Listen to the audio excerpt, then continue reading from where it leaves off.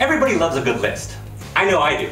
I can lose hours a day on BuzzFeed, Cracked, or any of the other countless websites that do best of lists, worst of lists, and everything in between lists. A lot of times I'll look at a list and go, didn't think of that. A lot more times I'll look at a list and go, why the fuck did that make the list? I look at so many lists that I decided I'm gonna put out a freaking list. So I'm gonna go with the Mount Rushmore format, meaning like our national monument that celebrates 4 great American presidents, Washington, Lincoln, Jefferson, Roosevelt, who symbolize America.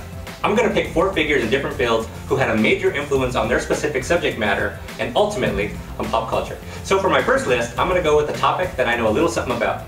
Who was on the Mount Rushmore of Magic? When putting together this list, I asked myself a simple question. Who are the greatest magicians of all time in skill level, popularity, and influence? 3 out of the 4 wizards popped into my head immediately. So the first head on that mountain should come as no surprise. Born Eric Weiss in Budapest, Hungary in 1874, the legendary Houdini. One name more than any other is synonymous with the word magic.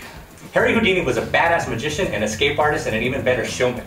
He was one of the top paid performers in vaudeville. He captured the public's attention dangling from his feet a couple of stories from the ground while getting out of a regulation straitjacket. How many countless magicians and escape artists owe their whole career to that one? Have you ever seen a shackled magician trying to escape a locked chamber filled with water known as the Chinese water trick or cell?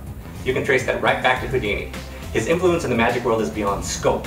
Outside of the magic world, many historians actually say that Houdini gave people in general hope. When they saw that no chain or contraption could hold this one man, it was a symbol to many that no obstacle could stand in their way, that nothing should hold them down in their lives and in the pursuit of the American dream. Not bad for a magician, huh? Harry Houdini died on Halloween night 1926. That's pretty freaky. Most of his magical possessions were sold at auctions. A lot of Houdini's stuff, including half of his personal library and his famous water torture cell, were bought by the second magician on that mountain, David Copperfield.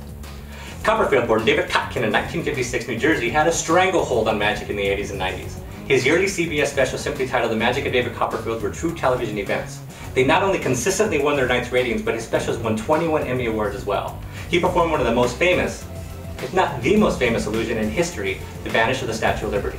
He's also floated over the Grand Canyon, walked through the Great Wall of China, and made a daring escape over Niagara Falls. He holds 11 Guinness World Records, and he continues to this day performing 7 days a week for 42 weeks in Sin City. Oh yeah, quick question. Which solo entertainer has sold the most tickets in history? Sinatra? Elvis? Michael Jackson? I'm sure you already guessed it. David freaking Copperfield. The man's a living legend. No, I'm serious. It's actually an official honor given to him by the United States Library of Congress. No joke.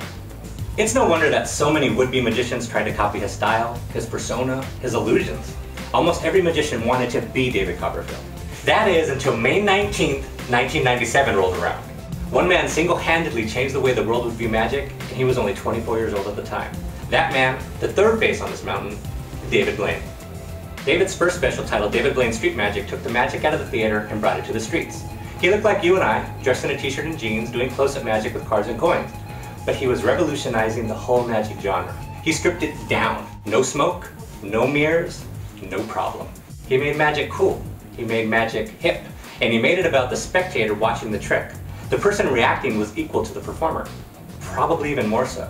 His special was such a massive hit that everyone copied his style worldwide. Everyone had to have their David Blaine. No longer were televised magic specials shot in a theater. They were brought to the streets. Many of the successful new wave of magicians performing today were helped out tremendously by the arrival of David Blaine. So those are the first 3 that popped into my head. I battled on who I thought should be the 4th, and in the end, I went with the man who fooled Houdini. None other than Dai Vernon. Dai Vernon might not be a household name like the other 3, but his influence in the world of magic is without question. By the way, Dai Vernon got the moniker the man who fooled Houdini after he baffled Houdini with a card routine. Houdini had boasted that he could figure out any trick shown to him 3 times. While Dai Vernon showed his card routine to Houdini 7 times, and Houdini still couldn't figure it out. Houdini left the room upset, Vernon left the room a legend. Because of his phenomenal skill level, he was also affectionately nicknamed by his peers, the Professor. His card handling was unparalleled, his delivery was masterful, and his inventions and reworkings are still being performed today. He's one of the forefathers of modern sleight of hand magic. I mean, you don't get a name like the Professor unless you know your shit. So that's it, the Mount Rushmore of Magic. Harry Houdini, Dai Vernon, David Blaine, and David Copperfield. Don't forget to subscribe to Gong's channel. And if you're sitting at home going, why the fuck did he make the list? Leave a comment with who you would put in your Magic Mount Rushmore. I'll leave you with a quote from Harry Houdini.